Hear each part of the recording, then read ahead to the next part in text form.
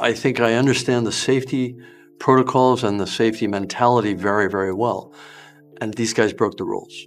It's that simple. 5 men boarded a sub to visit the Titanic and never came back. What seemed like a bold adventure for the ultra-wealthy quickly became a worldwide mystery. Was it just a tragic accident in the deep sea, or something far more preventable? In this video, we uncover the shocking truth behind the Titan sub disaster, how ignored warnings, experimental tech, and unchecked ambition led to one of the most haunting implosions in modern history. On the morning of June 18, 2023, 5 men boarded a submersible known as the Titan, embarking on a deep-sea dive to one of the most famous and tragic shipwrecks in history, the RMS Titanic. This wasn't a routine expedition. It was a $250,000 per seat journey, marketed as an exclusive opportunity to see the Titanic up close. The Titan was designed and operated by OceanGate, a private company focused on deep-sea exploration. The dive was meant to be thrilling, a mixture of adventure, innovation, and history. But within hours, it would become one of the most talked-about maritime tragedies in recent memory. The Titan was a unique vessel, smaller than a minivan with no seats and a single push-button toilet. The hatch was bolted shut from the outside, meaning there was no way to exit without assistance from the surface.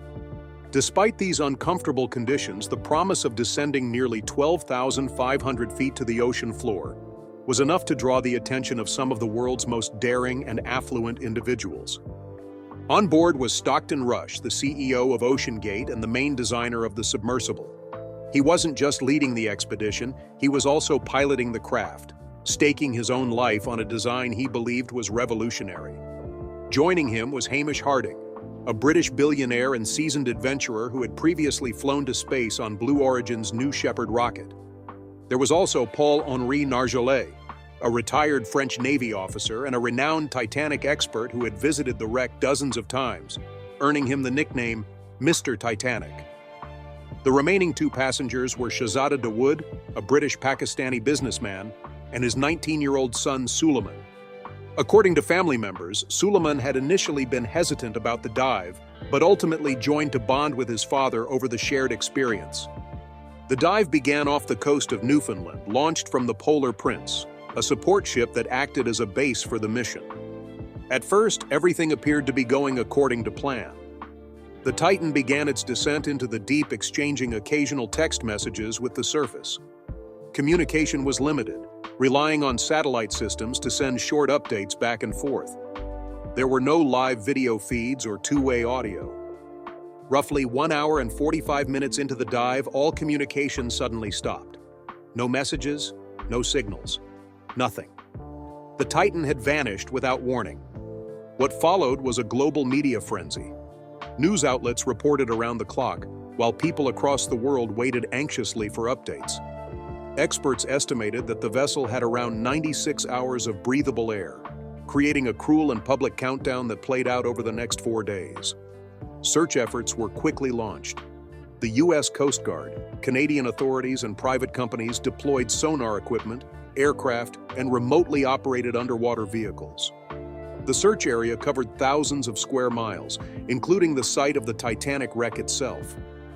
Families of the missing passengers were left in a painful limbo, hoping against hope that the submersible might be found intact, perhaps trapped on the seabed or entangled in wreckage. Social media was filled with speculation, theories, and prayers. But behind the scenes, many experts already feared the worst. At those depths, more than 3,800 meters below the surface, the pressure is immense, exceeding 6,000 pounds per square inch. Any structural failure could be catastrophic and instantaneous. On June 22nd, hope turned to horror. The U.S. Coast Guard announced that debris from the Titan had been discovered roughly 500 meters from the bow of the Titanic. The wreckage included parts of the front and rear ends of the pressure hull, confirming a violent implosion. According to analysts, the collapse likely happened in less than 20 milliseconds, faster than the human brain can process pain. The force of the implosion would have left no chance for survival. With confirmation of the vessel's destruction, the focus began to shift. What exactly went wrong? How could a modern submersible, advertised as state-of-the-art, fail so suddenly and so completely. For many, the story initially seemed like a tragic accident, a reminder of how unforgiving the deep sea can be. But others weren't convinced. As more details emerged, so did questions about design, oversight, and decision-making. OceanGate's approach to safety and regulation soon became a central topic of discussion. Critics pointed out that the company had chosen not to certify the Titan through recognized third-party marine safety organizations. The submersible's unconventional design, which used a carbon fiber hull rather than traditional steel or titanium, raised eyebrows among experts who had warned for years that the material might not withstand repeated deep-sea dives. Those warnings weren't limited to outsiders. Former OceanGate employees and industry professionals had previously expressed concerns about the Titan's construction. In 2018, David Lockridge, OceanGate's director of marine operations, was fired after raising safety objections, particularly about the pressure vessel and its viewport. He later filed a whistleblower complaint, which led to legal action. These revelations didn't gain much attention at the time, but after the Titan's disappearance, they resurfaced with renewed urgency. As the days passed, what started as a story about an adventurous dive gone wrong evolved into something much more complex. It was no longer just about the tragic loss of 5 lives. It became a cautionary tale about innovation, ambition, and the cost of ignoring warnings. The Titan incident wasn't the first time humans had reached the Titanic wreck in submersibles, but it was the first time a commercial expedition ended in disaster. Previous dives, conducted by government research teams or under strict protocols, had safely explored the site since its discovery in 1985. But OceanGate's model was different. It sought to bring private individuals into the depths, bypassing traditional safety frameworks in the name of progress. The public reaction was mixed. Many mourned the victims, particularly Suleiman Dawood, whose youth and reluctance to join the trip struck a deeply emotional chord. Others questioned how such a high-risk mission could have been allowed to proceed without full certification or external review. The story raised broader questions about the growing trend of extreme tourism, where wealthy customers pay to take part in ventures once reserved for professionals or scientists. The Titan disaster left a void not only in the lives of those who were lost, but also in public trust. As authorities began to investigate and as more information came to light, it became increasingly clear that this wasn't just an accident. It was, for many, a preventable tragedy, one that had been building for years through overlooked warnings and questionable decisions. OceanGate was founded in 2009 by Stockton Rush and Guillermo Soenlein. From the beginning, the mission was ambitious: to revolutionize access to the ocean's deepest frontiers. The company wanted to open up the deep sea, not just for scientists, but for private individuals willing to pay for the experience. The idea was to create submersibles that could dive further, cost less to operate, and carry paying passengers on underwater expeditions once reserved for researchers. Stockton Rush, a former aerospace engineer, was the driving force behind this vision. He believed the existing submersible industry was too cautious, too slow, and too stuck in outdated methods. In interviews, Rush often spoke of safety standards as constraints that held back innovation. One of his most controversial statements came when he said, "Safety is pure waste." While he later clarified that this referred to excessive regulation rather than the concept of safety itself, the phrase would follow him, becoming a symbol of the company's approach. Rush wasn't interested in simply building another sub. He wanted to reinvent the process entirely, using new materials, new controls, and a new business model. And he was willing to take significant risks to do it. One of the earliest and most defining decisions OceanGate made was to avoid traditional classification and certification processes. In the marine industry, vessels are typically reviewed and certified by third-party organizations like the American Bureau of Shipping, or DNV. These agencies assess whether a vessel meets strict engineering and safety standards. But OceanGate chose to forego this step.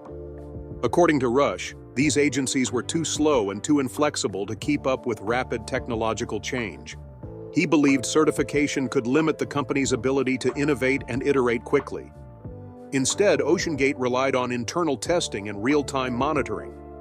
The company argued that by installing sensors and listening for warning signs during dives, they could keep the submersible safe without needing to go through long certification processes. This was a novel idea, but one that raised red flags for many industry experts. To help fund and promote its work, OceanGate needed more than just a solid design. It needed a headline-making mission. That's where the Titanic came in. Few shipwrecks carry the same weight, both historically and emotionally, as the Titanic. Since its discovery in 1985, the wreck has fascinated scientists, historians, and the public alike. It lies more than 12,000 feet below the surface of the North Atlantic, far beyond the reach of most underwater vehicles. Rush saw an opportunity. By offering trips to the Titanic for paying customers, OceanGate could combine history, adventure, and exclusivity into a single product. Each seat was priced at $250,000, a cost that included not just the dive but the experience of being part of a cutting-edge mission to the ocean's depths. For those who could afford it, it was a once-in-a-lifetime chance to see the Titanic with their own eyes. But getting there was no small task. The environment at that depth is incredibly hostile. The pressure is hundreds of times greater than at the surface. Temperatures are near freezing, and communication is limited. Any mistake can be fatal. OceanGate's submersible, named Titan, was not a typical deep-sea vehicle. Most submersibles that operate at similar depths are built with thick steel or titanium hulls. These materials have been used for decades and are known to withstand the crushing pressures of the deep ocean. Titan, however, used a different material: carbon fiber. Carbon fiber is strong, lightweight, and cheaper than titanium. It's widely used in aerospace and automotive industries, but in deep-sea applications its behavior is less predictable. Unlike metals, carbon fiber doesn't bend or deform before failing. When it breaks, it can do so suddenly and catastrophically. It's also susceptible to a process known as delamination, where layers of the material begin to peel apart after repeated use. This can be difficult to detect without thorough testing. Many engineers expressed concern over this choice. They argued that while carbon fiber might offer advantages in terms of cost and weight, it didn't have a proven track record for the kind of deep-sea pressure Titan would face. These concerns were shared both within and outside the company, but OceanGate moved forward with its design. Adding to the unconventional nature of Titan was its control system. Instead of using a traditional joystick or naval controls, the sub was piloted with a $30 off-the-shelf video game controller. While this wasn't inherently unsafe, the military and other industries sometimes use commercial controllers for specific applications. It added to the perception that OceanGate was cutting corners. The sub also lacked a GPS system, since GPS doesn't work underwater. Instead, it relied on directional text messages from the support ship, which could be delayed or lost entirely. The vessel had no emergency escape mechanism. The hatch was sealed from the outside, meaning if communication was lost or if the vessel became stranded, the occupants would be entirely dependent on the surface crew. There were no redundant life support systems and no certified escape pod or automated buoy system to signal distress. Despite all of this, OceanGate pushed forward. They conducted several test dives and marketed these missions as proof of the submersible's capabilities. But even during these early trials, problems began to emerge. On more than one occasion, Titan lost contact with the surface or had to abort a dive due to technical issues. These incidents were either downplayed or not publicly disclosed. Some employees began to grow uneasy. Former staff members later described a workplace culture that discouraged dissent. According to multiple reports, raising concerns about safety could result in being sidelined or even let go. The pressure to move quickly, impress investors, and deliver results seemed to outweigh caution. OceanGate's early voyages, including dives to wrecks like the Andrea Doria, revealed further problems. In 2016, during one such mission, the sub experienced serious malfunctions. Crew members described the dive as chaotic, with mechanical issues threatening the integrity of the expedition. Internally, some worried that the company was pushing its luck. But publicly, OceanGate continued to frame these missions as successful milestones. Rather than take these warning signs as indicators of deeper issues, the company seemed to view them as growing pains. Each challenge was treated as something to overcome, not as a reason to pause and reassess. Stockton Rush remained the public face of the operation, often speaking confidently about the future of underwater tourism and the importance of taking risks in the name of innovation. By the time the Titanic dive was scheduled for June 2023, the Titan had already raised alarm bells among industry professionals. Letters had been written, lawsuits had been filed, engineers had walked away, but the expedition went ahead anyway. And with it, 5 lives were taken in an instant. The Titan submersible was presented to the world as a breakthrough in engineering, a sleek modern vessel that would make the ocean's deepest places more accessible. It had a futuristic look, an ambitious mission, and a confident voice behind it. But beneath that promise was a series of design flaws, ignored warnings, and risky choices that added up to a vessel more vulnerable than it appeared. From the outside, Titan seemed advanced. It was equipped with touchscreens, sonar equipment, and a lightweight hull that made it stand out from more traditional deep-sea vehicles. The control system was especially eye-catching, a simple video game controller used to steer the sub. It was wireless, relatively cheap, and according to OceanGate, easy to use. During public demonstrations, CEO Stockton Rush often showed how intuitive it was, proudly handing it off to journalists and guests. But simplicity doesn't always mean safety, and critics began to question how appropriate such technology was for an extreme environment like the deep ocean. One of the most unusual and controversial elements of Titan was its pressure vessel, the part of the sub that had to withstand the crushing forces of the deep sea. While most deep-diving subs are made with metals like titanium or steel, Titan's hull was a hybrid made from carbon fiber and titanium. Carbon fiber has many benefits. It's lightweight, strong, and widely used in other industries like aerospace and automotive. However, it has never been widely tested at extreme ocean depths, particularly for repeated deep dives. Carbon fiber behaves very differently from metal. It can be strong, but it's also brittle in certain situations. Unlike steel or titanium, which tend to bend or deform before failing, carbon fiber is more likely to break suddenly. It also has a tendency to develop internal damage over time. Repeated exposure to pressure cycles can cause microscopic fractures and something called delamination, where the bonded layers of the material start to separate. These weaknesses can be difficult to detect from the outside and may not show up until it's too late. OceanGate knew the risks and yet chose to move forward with this experimental design.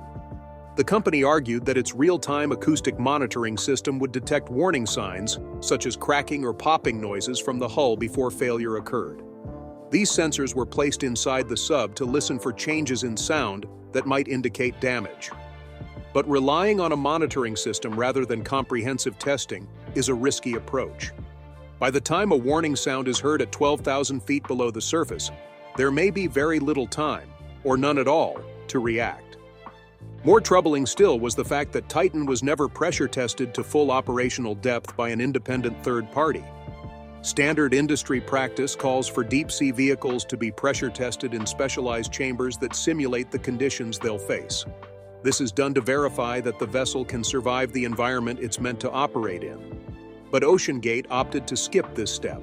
Instead, they focused on actual dives, monitoring the hull for signs of stress in real time. The logic was that this would provide immediate, useful data without the delays of a formal certification process. But many experts strongly disagreed, saying this approach introduced unacceptable risks. Concerns began to surface from within the company as well. In 2018, David Lockridge, OceanGate's Director of Marine Operations and its designated safety officer, raised red flags about the sub's construction. Specifically, he was alarmed that the viewport or viewing window was only certified for depths of around 1,300 meters, far less than the 3,800 meters required to reach the Titanic wreck. Lockridge also flagged the lack of non-destructive testing on the carbon fiber hull and warned that the vessel might not be able to survive a full-depth dive. When he voiced these concerns to OceanGate leadership, the reaction was swift. He was dismissed from the company, and OceanGate filed a lawsuit against him, claiming he had violated a non-disclosure agreement. In response, Lockridge filed a counterclaim for wrongful termination, publicly stating that he had been fired for raising safety issues. Though the legal dispute was eventually settled, it revealed deeper issues about how concerns were handled internally. Rather than being addressed, they were met with resistance. Outside OceanGate, others in the industry were also raising their voices. That same year, a group of more than 30 experts from the Marine Technology Society wrote a letter directly to Stockton Rush. In it, they warned about the dangers of avoiding third-party certification and highlighted the risks associated with Titan's experimental materials and design. Their concern wasn't just theoretical. Several had worked on submersibles or underwater vehicles and knew what could go wrong under high pressure. They feared Titan's unique design could lead to catastrophic failure. Their warnings, however, went largely unheeded. The belief within OceanGate remained that innovation required breaking away from traditional rules, and that those raising objections were simply unwilling to think outside the box. Inside the company, employees reportedly felt pressure to meet deadlines and avoid raising concerns. Speaking up, according to one former staff member, could lead to being sidelined or removed from a project altogether. This created a culture where questioning decisions was seen as disloyal rather than responsible. In the months leading up to the fatal dive, signs of trouble continued. During earlier expeditions, Titan had already experienced communication failures and aborted dives. In one case, the sub lost contact with the surface for hours. These events weren't made public, and passengers were often reassured that such technical glitches were part of the learning process. Behind closed doors, however, some began to fear that the vessel's problems were deeper than just minor bugs. According to reports later published in Wired magazine in 2024, Titan's acoustic monitoring system had begun detecting troubling sounds as early as 2021. These included unusual creaks and crackling noises, possible signs of stress within the carbon fiber hull. Rather than trigger a major investigation, these sounds were reportedly dismissed by leadership as routine noises that occur during deep dives. At least 3 engineers and contractors who voiced concerns between 2021 and 2023 would later leave the company. One internal document from 2022, written by a lead design engineer, called for a complete redesign of the pressure vessel. The proposal included modeling the long-term stress effects on the carbon fiber structure. That report was shelved and never discussed in any formal meeting. The dive schedule remained in place, driven by pressure to deliver results to investors and maintain public interest. In the hours before the fatal dive on June 18, 2023, there were signs that something was wrong. According to portions of Titan's final dive log obtained later by investigators, one passenger mentioned feeling an unusual vibration. Another noted a high-pitched noise described as metal flexing or stretching. These might have been early signs of material failure, but with no emergency protocol in place and no way to surface quickly, there was nothing they could do. Just minutes later, the sub lost contact with the surface. Then came silence. The investigation that followed would reveal a pattern of decisions that seemed, in hindsight, almost impossible to believe. Titan wasn't just a risky experiment. It was one that had been flagged, questioned, and criticized repeatedly. The implosion was not a surprise to everyone. For some, it was a fear realized. The warnings had been there in the engineering data, the legal filings, and the voices of those who walked away from the project. But those warnings weren't acted upon. They were silenced, dismissed, or ignored. OceanGate quietly shut down operations shortly after the disaster.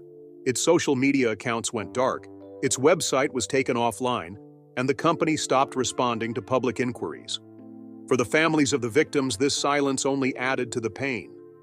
There were no public statements of responsibility, no detailed explanations, and no official apology. It was as if the company was attempting to vanish along with the vessel it had created. But the world was not prepared to forget. Legal action began almost immediately.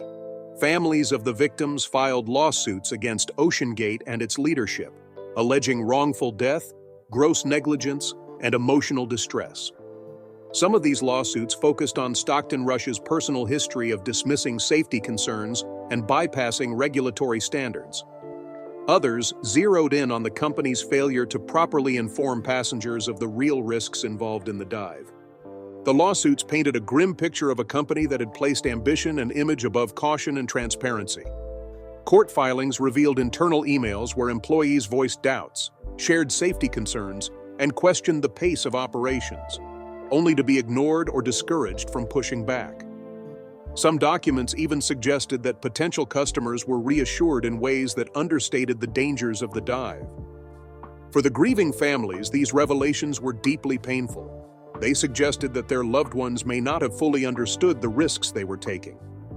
As the legal process unfolded, so too did a wider industry reckoning. The deep-sea exploration community, which had largely kept its distance from OceanGate during its rise, began speaking out. Experts from marine engineering, underwater archaeology, and submersible design called for immediate reforms. Many argued that the disaster exposed serious gaps in oversight, particularly when private companies begin operating in international waters where regulatory frameworks are often limited or non-existent. Several professional bodies and industry groups proposed new guidelines aimed at preventing similar tragedies. These included mandatory third-party certification for all commercial submersibles, independent reviews of structural design, and stricter standards for passenger safety. One key recommendation was to ensure that any submersible carrying non-professional civilians must meet the same rigorous safety checks as vessels used by scientific or military teams. For years, OceanGate had argued that innovation was being held back by excessive regulation. But now, the lack of oversight was seen not as a barrier to progress, but as a critical failure that had cost lives. The Titan disaster also had a ripple effect beyond the deep-sea industry. It triggered a broader public conversation about the growing trend of extreme tourism. From space flights to deep-sea dives to high-altitude mountain climbs, a new market had emerged, one that offered life-changing experiences to those who could afford them. But the Titan incident raised important ethical and practical questions. How much risk is acceptable? Who decides what's safe enough? And should companies be allowed to operate in dangerous environments with minimal external review? Some compared the Titan disaster to earlier incidents in the world of private space travel, where similar concerns about safety, oversight, and investor pressure have emerged. In both cases, there's a fine line between innovation and recklessness, and when that line is crossed, the consequences can be devastating. The academic world took notice as well. Engineering schools and universities began incorporating the Titan case into their coursework, using it as an example of what happens when basic principles of risk management and system testing are ignored. Professors described it as a case study in ethical failure, one that goes beyond technical mistakes and into the realm of leadership, accountability, and culture. Future engineers were asked not just how the Titan failed, but why it was allowed to operate at all. In the months that followed, the Wired magazine investigation published in 2024 provided even more insight. Based on leaked internal documents, whistleblower interviews, and sensor data recovered from the Titan's earlier missions, the report confirmed what many had suspected. The sub had been showing signs of structural failure long before its final dive. Sounds of microfractures were detected on earlier trips. A junior engineer had written an internal email simply titled, "This is terrible," after reviewing acoustic data. And multiple employees had either quit or been removed after expressing concern. All of this added to a growing consensus that the Titan's failure was not the result of a single misstep, but a long chain of deliberate choices. Each warning, each ignored expert, each postponed redesign became another link in the chain that led to the sub's final moments. The implosion itself may have taken less than a second, but the decisions that caused it unfolded over years. Among those most affected were the families of the passengers. For many, the hardest part wasn't just the loss. It was the knowledge that their loved ones might still be alive if someone had listened. The story of Suleiman Dawood, the 19-year-old who had joined the dive to please his father despite being afraid, became a particularly heartbreaking symbol of what was lost. Friends and relatives described him as kind, intelligent, and hesitant about the trip. He had even reportedly considered backing out at the last minute. His death became one of the most emotionally resonant aspects of the tragedy, especially for younger audiences who saw themselves in his story. As more became known, public reaction continued to shift. What was once framed as an unfortunate accident had become, for many, a cautionary tale about arrogance and the dangers of ignoring expert advice. Stockton Rush, once admired for his vision and drive, was now seen by some as a symbol of unchecked ambition. His belief that breaking the rules was necessary to achieve progress had ultimately led to disaster. OceanGate's story is now often referred to in discussions about the limits of exploration. It serves as a reminder that while pushing boundaries can lead to remarkable discoveries, those efforts must be built on a foundation of responsibility and respect for risk. It is possible to explore without endangering lives. It is possible to innovate without ignoring science, but it requires humility, something that, in this case, was in short supply. The long-term impact of the Titan disaster remains to be seen. Lawsuits are still being processed, industry reforms are being debated, and the families are still waiting for justice and closure. But what's already clear is that the Titan wasn't just a technological failure, it was a human one. A failure of communication, culture, and leadership. The implosion didn't happen because the ocean was too powerful. It happened because those in charge believed the rules didn't apply to them. And in that belief, they underestimated the very environment they sought to conquer. Today, the wreckage of the Titan sits near the Titanic, two tragedies separated by more than a century, but united by a common theme: overconfidence, ignored warnings, and preventable loss. The lessons of both should not be forgotten. They are not just stories of what went wrong. They are reminders of what can go wrong when we fail to listen.